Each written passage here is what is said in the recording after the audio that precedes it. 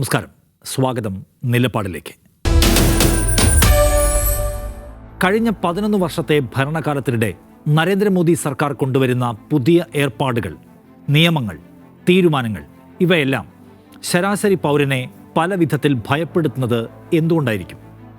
അല്ലെങ്കിൽ ജനത്തെ ദ്രോഹിക്കാനുള്ള ഏർപ്പാടുകളിൽ മാത്രമായി ഇക്കൂട്ടർ കേന്ദ്രീകരിക്കുന്നത് എന്തിനായിരിക്കും?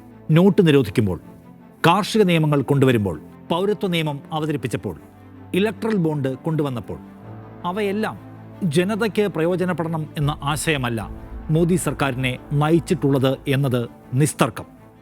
അവയിലെല്ലാമുള്ള താല്പര്യങ്ങൾ പിന്നീട് വെളിപ്പെട്ട് വരികയോ അല്ലെങ്കിൽ ദുരൂഹമായി ഇപ്പോഴും തുടരുകയോ ചെയ്യുന്നു. ഒരു ജനാധിപത്യ രാഷ്ട്രം എന്ന നിലയ്ക്ക് പൗരസ്വാതന്ത്ര്യത്തിൻ്റെ മാഹാത്മ്യത്തെ ഒരിക്കലും അംഗീകരിക്കുന്ന നയമല്ല മോദി ഭരണകൂടം കൊണ്ടു നടക്കുന്നത് എന്നതിൻ്റെ ഏറ്റവും വലിയ തെളിവും ഉദാഹരണവുമായിരുന്നു പെഗാസസ് സോഫ്റ്റ്വെയറിൻ്റെ ഉപയോഗം. പൗരനെ നിരന്തരം നിരീക്ഷിക്കാനും നിയന്ത്രിക്കാനും ഇഷ്ടാനുസരണം മാനിപ്പുലേറ്റ് ചെയ്യാനും കഴിയുക എന്നതാണ് സർക്കാരിൻ്റെ ഏറ്റവും വലിയ മോഹമെന്ന് മനസ്സിലാക്കാം. അതിന് പല ഉദാഹരണങ്ങളുണ്ട്. ഒടുവിലെ ഉദാഹരണമാണ് സഞ്ചാർ സാഥി എന്ന ആപ്ലിക്കേഷൻ. ഫോണുകളിൽ സർക്കാരിൻ്റെ നിരീക്ഷണം ഉറപ്പാക്കുന്ന ആപ്പ് രാജ്യത്തെ ഒട്ടുമിക്ക പൗരന്മാരുടെ മേലും സർക്കാരിൻ്റെ രഹസ്യ കണ്ണുകൾ സ്ഥാപിക്കുകയാണ്. രാജ്യത്തെ എല്ലാ മൊബൈൽ ഫോണുകളിലും സർക്കാരിൻ്റെ സഞ്ചാർ സാഥി ആപ്പ് പ്രീ ഇൻസ്റ്റാൾ ചെയ്തിരിക്കണം എന്നാണ് കേന്ദ്ര സർക്കാർ ഫോൺ നിർമ്മാതാക്കൾക്ക് നൽകിയ ഉത്തരവ്.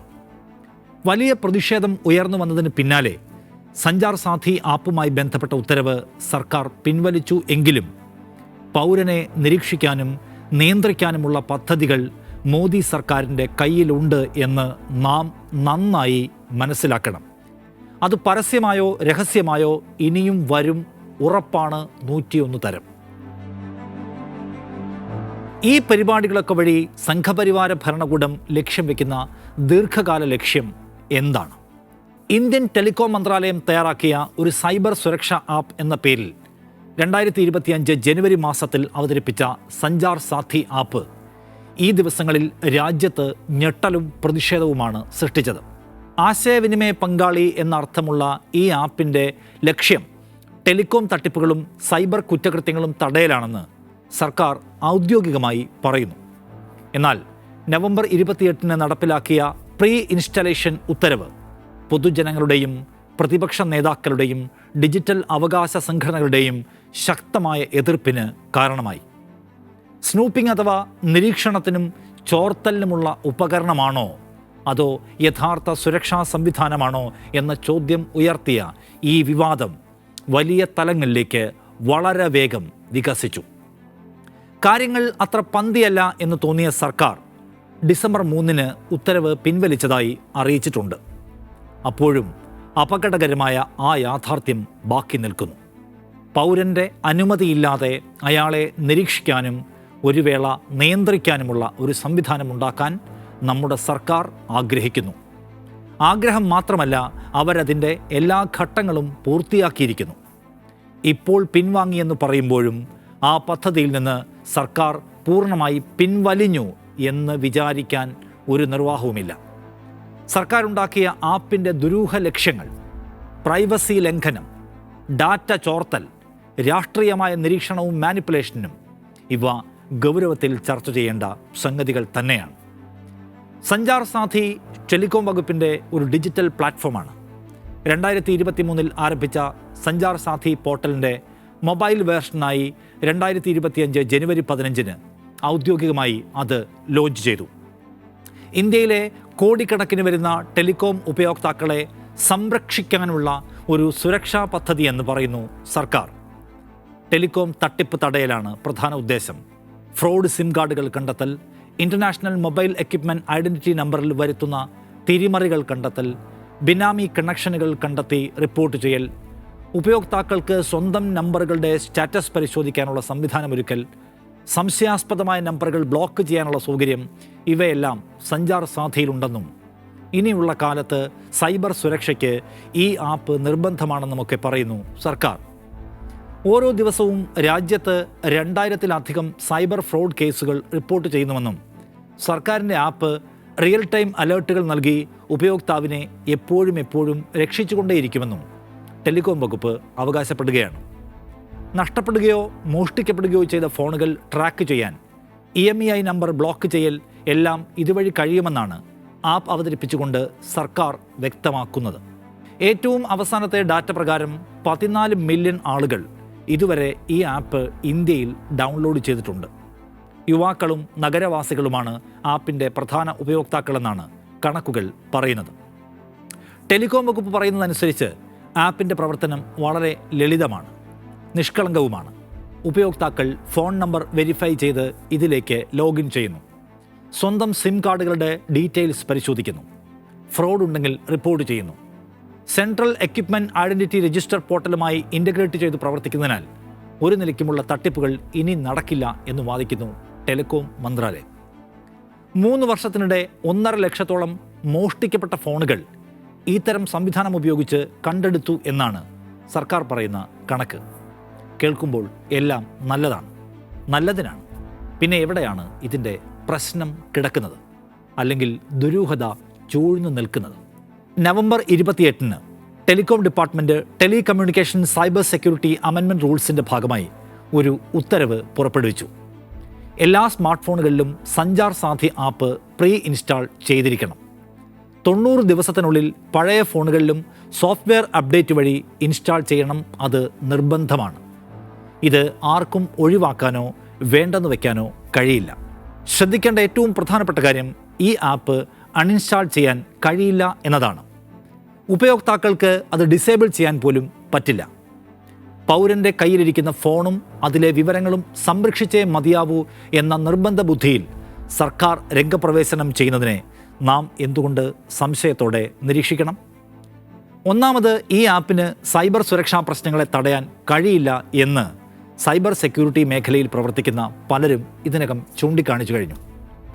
അടിസ്ഥാനപരമായി ആപ്പിൻ്റെ ഉദ്ദേശം ഡാറ്റ ശേഖരിക്കുക എന്നത് മാത്രമാണെന്ന് വെളിവാകും.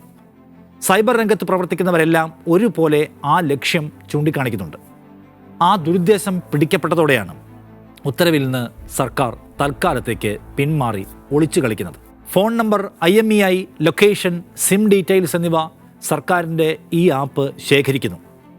നമ്മുടെ ഫോണിലെ മറ്റ് ആപ്പുകളിലേക്ക് സഞ്ചാർ സാധി ആപ്പിന് കടക്കാൻ കഴിയും. ഇത് സർക്കാരിന് പൗരന്മാരുടെ ഡിജിറ്റൽ ജീവിതത്തിലേക്കുള്ള സ്ഥിരമായ ഒരു പോയിന്റ് ഓഫ് ആക്സസ് ആകുന്നു. 2025 ഡാറ്റ പ്രൈവസി ബില്ലിൻ്റെ സത്തയെ തന്നെ നഗ്നമായി ലംഘിക്കുന്ന പരിപാടിയാണ് സഞ്ചാർ സാധി വഴി സർക്കാർ അവതരിപ്പിച്ചത് എന്ന വിമർശനവും അവിടെയുണ്ട്. നിങ്ങളുടെ ഫോൺ നഷ്ടപ്പെട്ടാൽ അത് ഈ ആപ്പ് വഴി റിപ്പോർട്ട് ചെയ്ത് തിരികെ നേടാമെന്നാണ് സർക്കാർ പറയുന്നത്. നിങ്ങളുടെ ഫോൺ നഷ്ടപ്പെട്ടാൽ ആപ്പ് ആ ഫോണിനകത്താണ്. അപ്പോൾ പിന്നെ എങ്ങനെയാണ് ആപ്പ് വഴി റിപ്പോർട്ട് ചെയ്യുക? അപ്പോൾ സർക്കാർ പറയുന്നു അതിന് ഇതിൻ്റെ വെബ്സൈറ്റ് ഉപയോഗിക്കണം എന്ന്. ആപ്പ് വഴി എല്ലാം സാധ്യമാകും എന്ന വാദം അവിടെ തന്നെ പൊളിയുകയാണ്. ഫോൺ നഷ്ടപ്പെട്ടാൽ കണ്ടെടുക്കാൻ കഴിയുമെന്നതാണ് പ്രധാനമായും പറയുന്ന ഉപയോഗം. ഫോണും ആപ്പും ഒരുപോലെ നഷ്ടമായാൽ പിന്നെ എന്താണ് കഥ എന്ന ചോദ്യമുണ്ടല്ലോ. അപ്പോൾ ഫോൺ മോഷണത്തിനോ നഷ്ടമാകില്ലോ മോദി സർക്കാർ അവതരിപ്പിക്കുന്ന ഈ ആപ്പ് ഗുണപ്പെടില്ല എന്നാണ് സാരം. ആപ്പിളിലെയും ആൻഡ്രോയിഡിലെയും ഫൈൻഡ് മൈ ഡിവൈസ് ഫീച്ചറുകൾ ഇപ്പോൾ കൂടുതൽ ശക്തമാണ്.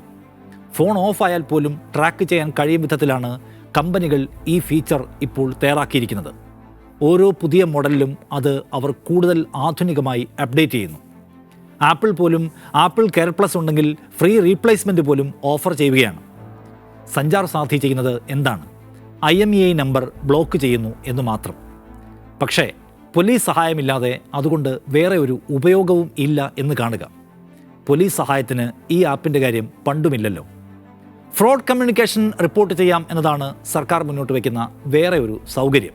ഇത് ഒരു പെർഫോമേറ്റീവ് ആക്ഷൻ മാത്രമാണ്. അതിനപ്പുറമുള്ള ഗുണമൊന്നും ഈ ആപ്പിന് പ്രൊവൈഡ് ചെയ്യാൻ കഴിയില്ല. എയർടെൽ, ജിയോ പോലെയുള്ള കമ്പനികൾ ഇപ്പോൾ തന്നെ നെറ്റ്വർക്ക് ലെവലിൽ സ്പാം ഫ്ലാഗ് ചെയ്യുന്നുണ്ട്. ബ്രൗസറുകളും ആൻഡ്രോയിഡിൻ്റെ പ്ലേ പ്രൊട്ടക്റ്റും സ്പാമുകൾ കണ്ടെത്തി തടയാൻ ലിങ്കുകൾ ഫിൽട്ടർ ചെയ്യുന്നുണ്ട് ഇപ്പോൾ തന്നെ. സ്കാമുകൾ ഭൂരിപക്ഷവും സംഭവിക്കുന്നത് സത്യത്തിൽ ഉപയോക്താക്കളുടെ അജ്ഞത മൂലമാണ്. അത് മനസ്സിലാക്കാതെ ഓരോ കോളും ഉപയോക്താവ് തന്നെ സ്പാം ആണോ അല്ലയോ എന്ന് റേറ്റ് ചെയ്യണമെന്ന് സഞ്ചാർ സാധി പറയുകയാണ്. ഇത് ടെലികോം കമ്പനികളുടെ ജോലിയാണ് സത്യത്തിൽ, അല്ലാതെ ഉപയോക്താക്കളുടേത് അല്ലല്ലോ. അങ്ങനെ സ്കാം നോക്കി തിരിച്ചറിയാനും അത് ഫ്ലാഗ് ചെയ്യാനും ശേഷിയുള്ള ഒരു ഉപയോക്താവിന് ഈ ആപ്പിൻ്റെ കാര്യം എന്താണ്? അയാൾ സാധാരണ നിലയ്ക്ക് തട്ടിപ്പിൽ പെടില്ലല്ലോ. മൊബൈൽ ഐ ഡിയുമായി ബന്ധപ്പെട്ട നമ്പറുകൾ പരിശോധിക്കാം എന്നതാണ് സഞ്ചാർ സാഥി മുന്നോട്ട് വയ്ക്കുന്ന വേറെ ഒരു സൗകര്യമത്രേ. ഇത് ഒരു യഥാർത്ഥ ഉപയോഗം തന്നെ. എന്നാൽ സിം ഇഷ്യൂ ചെയ്യുമ്പോൾ KYC ശക്തമാക്കിയാൽ ഇതിൻ്റെ ആവശ്യമേ ഇല്ല. ആധാറിൻ്റെ ലീക്കുകൾ തടയുകയാണ് സത്യത്തിലുള്ള പരിഹാരം. അതിന് ഒരു പ്രീ ഇൻസ്റ്റാളിൻ്റെ ഒരാവശ്യവുമില്ല എന്നാണ് മനസ്സിലാക്കേണ്ടത്. ഫോൺ ഫേക്കാണോ എന്ന് പരിശോധിക്കാം എന്നതാണ് വേറെ ഒരു അവകാശവാദം. ഒന്നാമത്, ഇന്ത്യയിൽ വ്യാജ ഫോണുകൾ വിരളമാണെന്ന് സൈബർ സെക്യൂരിറ്റി വിദഗ്ധർ പറയുന്നു. സർക്കാർ IMEI രജിസ്ട്രേഷൻ നിർബന്ധമാക്കിയതിനാൽ അതിൻ്റെ സാധ്യതകൾ തുലവും കുറവാണ്. ടെലികോം കമ്പനികൾ നെറ്റ്വർക്ക് ലെവലിൽ അത് ചെക്ക് ചെയ്യുന്നുമുണ്ട്. IMEI സ്പൂഫിംഗ് എന്നത് വളരെ സോഫിസ്റ്റിക്കേറ്റഡ് ആയിട്ടുള്ള ഒരു പ്രശ്നമാണ്. സർക്കാരിൻ്റെ ഈ തട്ടിക്കൂട്ട് ആപ്പിന് ആ പ്രശ്നം പരിഹരിക്കാൻ കഴിയില്ല. ഇന്ത്യൻ നമ്പറുമായി വരുന്ന ഇൻ്റർനാഷണൽ കോളുകൾ റിപ്പോർട്ട് ചെയ്യാൻ കഴിയും എന്നതാണ് വേറെ ഒരു വാഗ്ദാനം. ഇത് ടെലികോം കമ്പനികളുടെ ജോലിയാണ്, ഉപയോക്താക്കളുടേത് അല്ല. അവർ നല്ല നെറ്റ്വർക്ക് ഉപയോഗിച്ചാൽ ഇത് പരിഹരിക്കാവുന്നതേ ഉള്ളൂ. വയർലൈൻ സർവീസ് പ്രൊവൈഡർമാരെ മനസ്സിലാക്കുക, വിശ്വാസ്യതയുള്ള കോൺടാക്ട് ഡീറ്റെയിൽസ് ഉണ്ടാവുക എന്നതൊക്കെയും ആപ്പിൻ്റെ ഗുണഗണങ്ങളായി അവതരിപ്പിക്കുന്നുണ്ട് ടെലികോം മന്ത്രാലയം. ഇൻ്റർനെറ്റ് സർവീസ് പ്രൊവൈഡർമാരെ അറിയാൻ ഒരു ആപ്പ് എന്തിനാണെന്നാണ് മൗലികമായ ചോദ്യം. മെസ്സേജുകളും ഫ്ലയറുകളുമൊക്കെ പോരെ അതിന്? ട്രസ്റ്റഡ് കോൺടാക്റ്റ് അറിയാനും വേണോ ഈ അപകടം പിടിച്ച ആപ്പ്? ടെലികോം ലെവലിൽ ട്രസ്റ്റഡ് നമ്പറുകൾ ടാഗ് ചെയ്താൽ പോരെ എന്ന ചോദ്യവും ഈ സൈബർ സെക്യൂരിറ്റി വിദഗ്ധർ ചോദിക്കുന്നു. അപ്പോൾ സർക്കാരിൻ്റെ ഈ തല്ലിപ്പൊളി ആപ്പിൻ്റെ ഉദ്ദേശ ലക്ഷ്യങ്ങൾ ഈ പറയുന്നത് ഒന്നുമല്ല എന്ന് മനസ്സിലാക്കാം. ഫോണിൽ ആപ്പ് ഉണ്ടെങ്കിൽ അത് എല്ലാതരം വിവരങ്ങളും ശേഖരിക്കും. ഈ ശേഖരിച്ച വിവരങ്ങൾ വിവിധ രീതികളിൽ ഉപയോഗിക്കാം. ശേഖരിക്കുന്നവർ മാത്രമേ അതിൻ്റെ ഉദ്ദേശം അറിയൂ, അതിൻ്റെ പ്രോസസ്സും അറിയൂ. നമുക്ക് അതിനെക്കുറിച്ച് ഒന്നും അറിയാൻ കഴിയില്ല. പ്രീ ഇൻസ്റ്റാൾ ചെയ്യുന്ന ഈ ആപ്പിന് നമ്മുടെ ഫോണിലെ കോളുകളിലും മെസ്സേജുകളിലും ഇടപെടാൻ കഴിയുമെന്ന് സൈബർ വിദഗ്ധർ പറയുന്നു. സഞ്ചാർ സാഥി തന്നെ അക്കാര്യം സമ്മതിക്കുന്നുണ്ട്. കോളുകൾ സൃഷ്ടിക്കാനും മെസ്സേജുകൾ അയക്കാനുമുള്ള പെർമിഷൻ ആപ്പ് നേരിട്ട് തന്നെ ചോദിക്കുന്നുണ്ട്. പിന്നെ നമ്മൾ ഓണാക്കാത്ത ഘട്ടത്തിലും ബാക്ക്ഗ്രൗണ്ടിൽ പ്രവർത്തിക്കാൻ കഴിയും വിധത്തിലാണ് ആപ്പിൻ്റെ ഡിസൈൻ. ഓരോരുത്തരും എന്തു ചെയ്യുന്നു, എന്തൊക്കെ സംസാരിക്കുന്നു, ആരോടൊക്കെ ബന്ധം പുലർത്തുന്നു എന്നതെല്ലാം രഹസ്യമായി നിരീക്ഷിച്ചറിയാൻ സർക്കാരിന് ഇതുവഴി കഴിയും എന്ന ആശങ്കയാണ് ഏറ്റവും വലുത്. സഞ്ചാർ സാഥി ആപ്പിൻ്റെ വരവ് 2021 പെഗാസസ് സ്പൈവെയർ സ്കാൻഡലുമായി ശക്തമായ സാമ്യവും പരോക്ഷമായി ബന്ധവും പുലർത്തുന്നതാണ് എന്ന് പറയാം. പെഗാസസ് എന്നത് ഇസ്രയേലി NSO ഗ്രൂപ്പിൻ്റെ സ്പൈവെയർ സോഫ്റ്റ്വെയറാണ്. ഇന്ത്യൻ സർക്കാർ ഇത് ഉപയോഗിച്ചതിനെതിരെ വ്യാപകമായ വിമർശനവും രാഷ്ട്രീയ വിവാദവും കോടതി വ്യവഹാരവുമൊക്കെ ഉയർന്നു വന്നത് നമുക്ക് ഓർമ്മയുണ്ട്. പ്രധാനമായും സർക്കാരിൻ്റെ വിമർശകരായ ജേർണലിസ്റ്റുകൾ, പ്രതിപക്ഷ നേതാക്കൾ, ആക്ടിവിസ്റ്റുകൾ ഇവരുടെയൊക്കെ ഫോണുകൾ ഹാക്ക് ചെയ്ത് നിരീക്ഷിച്ചു എന്നതാണ് പെഗാസസ് വിവാദത്തിൻ്റെ അടിത്തറ. ഉപയോഗിക്കുന്ന ആൾ പോലും അറിയാതെയാണ് പെഗാസസ് ഫോണിൽ ഇൻസ്റ്റാൾ ചെയ്യപ്പെടുന്നതും വിവരങ്ങൾ ചോർത്തുന്നതും. പ്രതിപക്ഷ നേതാവ് രാഹുൽ ഗാന്ധി അടക്കമുള്ളവരെ പെഗാസസ് ഉപയോഗിച്ച് കേന്ദ്രം ചോർത്തിയെന്ന് ആരോപണമുണ്ട്. കേസ് കോടതിയിൽ വന്നപ്പോൾ അങ്ങനെ ഒരു സ്പൈവെയർ ഇസ്രയേലിൽ നിന്ന് വാങ്ങിയോ ഇല്ലയോ എന്ന് തുറന്നു പറയാൻ പോലും സർക്കാർ തയ്യാറായില്ല. അത് ദേശസുരക്ഷാ പ്രശ്നമാണത്രേ. സഞ്ചാർ സാഥി ഫ്രോഡ് തടയാനുള്ളതാണ് എന്ന് ഔദ്യോഗികമായി പറയുന്നു. എങ്കിലും സാമാന്യ ബുദ്ധിയുള്ള എല്ലാവരും പ്രൈവസി ലംഘനവും സർക്കാർ നിരീക്ഷണവും ചൂണ്ടിക്കാണിക്കുന്നു. പ്രതിപക്ഷം സഞ്ചാർ സാഥിയെ സ്നൂപ്പിംഗ് ടൂൾ എന്ന് വിശേഷിപ്പിക്കുന്നു. പെഗാസസ് എന്നത് ഒരു ടാർഗറ്റഡ് ഹാക്കിംഗ് ടൂളാണ്. ആരെയൊക്കെയാണോ ചോർത്തേണ്ടത് അവരുടെ ഫോണിലേക്ക് ഇത് കയറ്റിവിടുക, വിവരങ്ങൾ മുഴുവൻ ചോർത്തുക. സഞ്ചാർ സാഥി അങ്ങനെയല്ല. അത് വിപുലമായ ഡാറ്റ ശേഖരണ സാധ്യതയുള്ള ഒരു ഡൊമസ്റ്റിക് ആപ്പാണ്. എങ്കിലും ഇതിന് രണ്ടിനുമിടയിൽ സാമ്യങ്ങളുണ്ട്.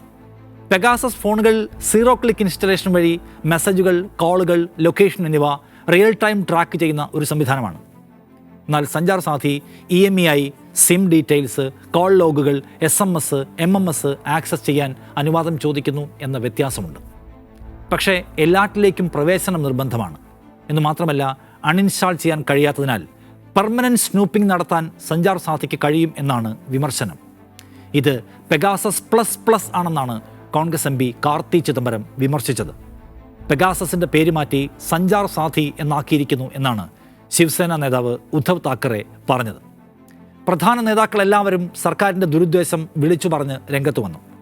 ഡിലീറ്റ് സഞ്ചാർ സാഥി എക്സിൽ ട്രെൻഡിംഗ് ഹാഷ്ടാഗായി. പെഗാസസ് ഫോണുകളെ ടോട്ടൽ സർവൈലൻസ് ആക്കിയപ്പോൾ സഞ്ചാർ സാഥി, ലൊക്കേഷൻ, കോൾ ലോഗുകൾ, USB സ്റ്റോറേജ്, ഫോട്ടോകൾ, വീഡിയോകൾ എല്ലാം ആക്സസ് ചെയ്യാം എന്ന നിലയിലേക്ക് വികസിപ്പിച്ചു എന്ന് പറയാം. സ്വകാര്യതയ്ക്കെതിരെയുള്ള ശക്തമായിട്ടുള്ള ഒരു കടന്നാക്രമണമായിട്ടാണ് ഇത് കാണാൻ കഴിയുന്നത്. ഇന്ത്യയിൽ ഉപയോഗിക്കപ്പെടുന്ന എല്ലാ മൊബൈലുകൾക്കും സഞ്ചാർ സാധി ഉപയോഗിച്ചുകൊണ്ട് എല്ലാ ടെലിഫോണുകളിലും സർവൈലൻസ് നടപ്പിലാക്കാൻ കഴിയുന്ന ഒരു സിസ്റ്റത്തിലേക്കാണ് അതിലൂടെ പോകുന്നത്. നരേന്ദ്രമോദിയുടെ ഭരണകൂടം പൗരന്മാരെ നിരീക്ഷിക്കാനും രാഷ്ട്രീയമായി മാനിപ്പുലേറ്റ് ചെയ്യാനും ആഗ്രഹിക്കുന്നു എന്ന ആരോപണങ്ങൾ കഴിഞ്ഞ ദശകത്തിൽ ശക്തമായിരുന്നു.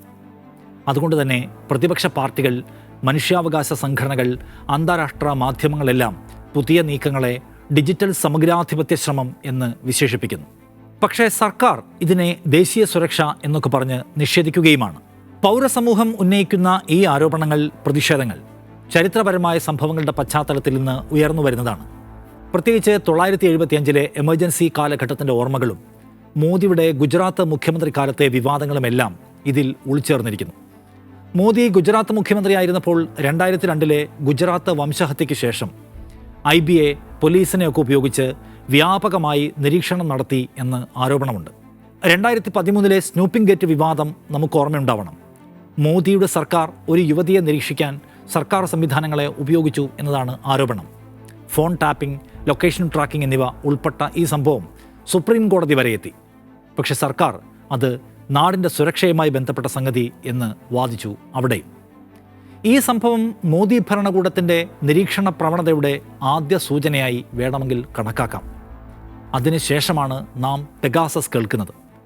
ഇസ്രയേലി NSO ഗ്രൂപ്പിൻ്റെ പെഗാസസ് സ്പൈവെയർ രാഹുൽ ഗാന്ധി, പ്രശാന്ത് ഭൂഷൺ, ജേർണലിസ്റ്റുകൾ, ആക്ടിവിസ്റ്റുകൾ, ഒരു ഘട്ടത്തിൽ മോദിയുമായി അടുപ്പമുള്ളവരെ പോലും നിരീക്ഷിക്കുന്നതിലേക്ക് ഉപയോഗിക്കാൻ കഴിയുന്ന ഉപാധിയായി മാറി. ആംനസ്റ്റി ഇൻ്റർനാഷണലാണ് പ്രധാനപ്പെട്ട നേതാക്കളുടെ എല്ലാം ഫോണുകൾ ഇങ്ങനെ പെഗാസസ് ഉപയോഗിച്ച് ചോർത്തി എന്ന വിവരം വെളിപ്പെടുത്തിയത് എന്ന് കാണുക. സർക്കാർ ദേശീയ സുരക്ഷ എന്ന് നിഷേധിച്ചുവെങ്കിലും ഈ സംഭവം ഇന്ത്യയുടെ വാട്ടർ ഗേറ്റ് എന്ന് വിശേഷിപ്പിക്കപ്പെട്ടു എന്നോർക്കണം. ഇത് രാഷ്ട്രീയ എതിരാളികളെ മാനിപ്പുലേറ്റ് ചെയ്യാൻ ഉപയോഗിച്ചു എന്ന ആരോപണമായിരുന്നു ഏറ്റവും ഗൗരവതരമായ ആരോപണം. മോദി സർക്കാർ ഡിജിറ്റൽ ഇന്ത്യ പ്രോഗ്രാമിൻ്റെ ഭാഗമായി ഫേഷ്യൽ റെക്കഗ്നീഷൻ സിസ്റ്റം വ്യാപകമാക്കിയല്ലോ. പ്രത്യേകിച്ച് CAA NRC പ്രൊട്ടസ്റ്റുകളിൽ ഇത് മുസ്ലിം ന്യൂനപക്ഷങ്ങളെ ടാർഗറ്റ് ചെയ്തു എന്ന ആരോപണം അന്നേ ശക്തമാണ്. ആധാർ ഡാറ്റാബേസ് ലീക്കുകൾ ഉണ്ടാക്കിയ ആശങ്കയിൽ നിന്ന് രാജ്യം ഇനിയും മുക്തമായിട്ടില്ല. 2018 മുതൽ പൗരന്മാരെ നിരീക്ഷിക്കാൻ ഈ ഡാറ്റ ഉപയോഗിച്ചു എന്ന വിമർശനം അവിടെ നിൽക്കുകയാണ്. പൗരന്മാരെ മാനിപ്പുലേറ്റ് ചെയ്യാൻ ഇതെല്ലാം സഹായിക്കുന്നു എന്നതാണ് പ്രശ്നം. വോട്ടർമാരെ തിരിച്ചറിയാനും രാഷ്ട്രീയ ഇംഗിതത്തിനനുസരിച്ച് കളികൾ കളിക്കാനും സർക്കാർ ഇതെല്ലാം ഉപയോഗിച്ചു എന്നതാണ് വിമർശനം. മുഖ്യധാരാ മാധ്യമങ്ങളെയും സോഷ്യൽ മീഡിയയുമെല്ലാം സർക്കാർ മാനിപ്പുലേറ്റ് ചെയ്തതിൻ്റെ കഥകൾ വേറെ.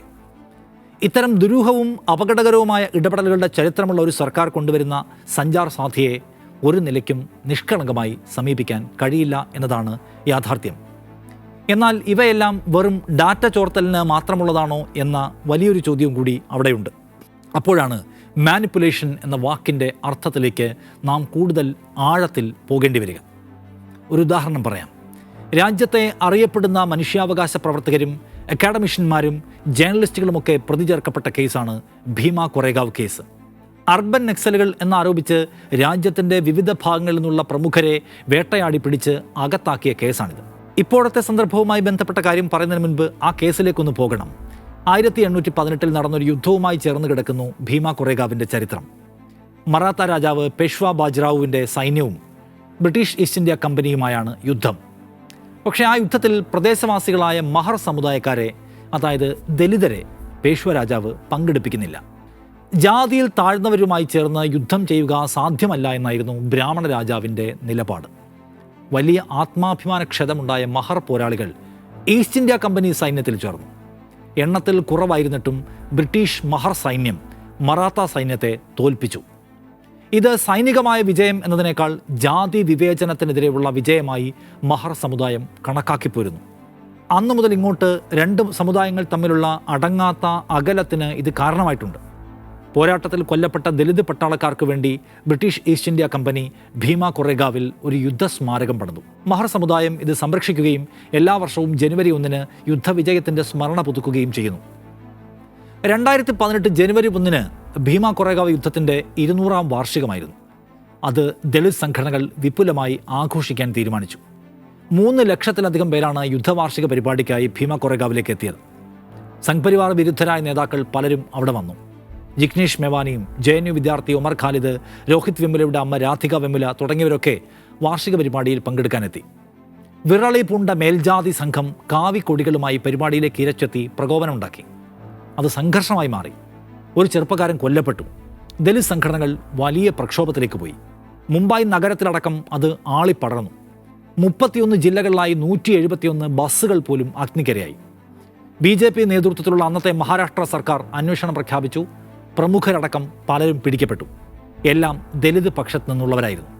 കാവിക്കൊടികളുമായി പ്രകോപനമുണ്ടാക്കാനെത്തിയ വലതുപക്ഷ സംഘം സുരക്ഷിതരായിരുന്നു അന്നും ഇന്നും. കേസ് വേഗം NIA ഏറ്റെടുത്തു. തൊഴിലാളി യൂണിയൻ പ്രവർത്തക സുധാ ഭരദ്വാജ്, പൗരാവകാശ പ്രവർത്തകൻ ഗൗതം നവലാഖ, തെലുങ്ക് കവിയായ വരവര റാവു തുടങ്ങിയവരാണ് തെരഞ്ഞുപിടിച്ച് അകത്താക്കിയത്. പ്രധാനമന്ത്രിയെ അപായപ്പെടുത്താൻ ആസൂത്രിത നീക്കം നടത്തി, രാജ്യത്തിനെതിരെ യുദ്ധം ചെയ്യാൻ പദ്ധതിയിട്ടു എന്നീ കുറ്റങ്ങളാണ് ഇവർക്കെതിരെ ചുമത്തിയത്. അതിൻ്റെ തെളിവുകൾ എവിടെ എന്ന ചോദ്യത്തിനാണ് ഭയപ്പെടുത്തുന്ന ചില സംഗതികൾ നമ്മൾ ഉത്തരമായി കാണുന്നത്. ലാപ്ടോപ്പിൽ കണ്ടെത്തിയ രേഖകൾ തെളിവാക്കിയാണ് മലയാളിയായ റോണ വിൽസൺ അടക്കമുള്ള മനുഷ്യാവകാശ പ്രവർത്തകരെ അറസ്റ്റ് ചെയ്തതും കുറ്റങ്ങൾ ചുമത്തിയതും. എന്നാൽ തെളിവുകളായി അന്വേഷണ സംഘം ആരോപിക്കുന്ന ഡിജിറ്റൽ രേഖകൾ റോണ വിൽസന്റെ ലാപ്ടോപ്പിൽ സൈബർ നുഴഞ്ഞുകയറ്റക്കാർ സ്ഥാപിച്ചതാണെന്നാണ് US-ലെ ഡിജിറ്റൽ ഫോറൻസിക് സ്ഥാപനമായ ആർസണൽ കൺസൾട്ടിങ്ങിൻ്റെ കണ്ടെത്തൽ. കുറ്റാരോപിതനായ റോണ വിൽസനെതിരെയുള്ള പ്രധാന തെളിവുകൾ പുറമേ നിന്ന് തിരികെ കയറ്റിയതാണെന്ന് സൈബർ സംഘം കണ്ടെത്തി. ചുരുങ്ങിയത് 10ഓളം കത്തുകൾ എങ്കിലും റോണ വിൽസന്റെ കമ്പ്യൂട്ടറിൽ നെറ്റ്വയർ എന്ന മാൽവെയറിൻ്റെ സഹായത്തോടെ കയറ്റിയിട്ടുണ്ടെന്നാണ് കണ്ടെത്തിയത്. കമ്പ്യൂട്ടർ പിടിച്ചെടുക്കുന്നതിനും 2 വർഷം മുൻപ് തന്നെ ഈ നുഴഞ്ഞുകയറ്റം നടത്തി. ആദ്യം 52 രേഖകളാണ് വിൽസന്റെ കമ്പ്യൂട്ടറിലെ ഹിഡൻ ഫോൾഡറിൽ സ്ഥാപിച്ചത്. പോലീസ് വിൽസന്റെ വീട്ടിൽ അന്വേഷിച്ചു ചെല്ലുന്നതിനും ലാപ്ടോപ്പ് പിടിച്ചെടുക്കുന്നതിനും 1 ദിവസം മുൻപാണ് തെളിവായി കണ്ടെടുത്ത അവസാന രേഖ തിരികെ കയറ്റിയത് എന്ന് റിപ്പോർട്ട് പറയുന്നു. ഒരിക്കൽ പോലും ഈ ഫയലുകൾ റോണ വിൽസൺ തുറന്നു നോക്കിയിട്ടില്ല എന്നതാണ് സൈബർ വിദഗ്ധർ കണ്ടെത്തിയ കാര്യം. ഇതേ കേസിലുണ്ടായിരുന്ന ഫാദർ സ്റ്റാൻ സ്വാമിയുടെ മരണത്തിന് ശേഷവും അദ്ദേഹത്തിൻ്റെ ഡിവൈസുകളിൽ ഇങ്ങനെ ഇടപെടലുകൾ നടത്തിയെന്ന് പറയപ്പെടുന്നു. 2009 സ്ഥാപിതമായ ആർസണൽ കൺസൾട്ടിംഗ് തങ്ങൾ ഇതുവരെ കൈകാര്യം ചെയ്തിട്ടുള്ള കേസുകളിൽ ഏറ്റവും ഗുരുതരമായ സംഗതിയാണിതെന്ന് പറയുന്നു. കൃത്രിമമായ തെളിവുകളും മറ്റും സൃഷ്ടിക്കാനും കുറ്റത്തിൻ്റെ ഗൗരവം വർദ്ധിപ്പിക്കാനുമായി വളരെയധികം പണവും സമയവും ഇതിൽ മുടക്കിയിരിക്കുന്നു എന്നും അവർ കണ്ടെത്തി. അവിടെയാണ് സഞ്ചാർ സാഥി പോലെയുള്ള ആപ്പുകളിലെ കെണി ഒളിഞ്ഞിരിക്കുന്നത്. നാളെ ഏതൊരു പൗരനെയും ഏതു കുരുക്കിലും പെടുത്താൻ കഴിയും വിധത്തിൽ അയാളുടെ ഫോണിലേക്ക് എന്തും കുത്തിവെക്കാൻ കഴിയുന്ന സംവിധാനമായി ഈ ആപ്പുകൾ മാറില്ലെന്ന് ആര് കണ്ടു? നമ്മുടെ അനുവാദമില്ലാതെ ബാക്ക്ഗ്രൗണ്ടിൽ റൺ ചെയ്യാൻ ശേഷിയുള്ള സഞ്ചാർ സാഥി നാളെ നമ്മെ ഏതെല്ലാം കുഴപ്പങ്ങളുടെ ഭാഗമാക്കാം. ഓരോ പുതിയ ഏർപ്പാട് കൊണ്ടുവരുമ്പോഴും അവയെല്ലാം രാജ്യസുരക്ഷയ്ക്ക് വേണ്ടിയാണെന്നാണ് സർക്കാർ വിശദീകരിക്കുക. ഒരുവിധപ്പെട്ട സാധാരണക്കാരനെയൊക്കെ അതിൽ വീഴ്ത്താൻ കഴിയുമെന്ന് സർക്കാർ കണക്കുകൂട്ടുന്നു. കോടതിയിലും അതൊരു നല്ല വാദമാണ്, രാജ്യസുരക്ഷ.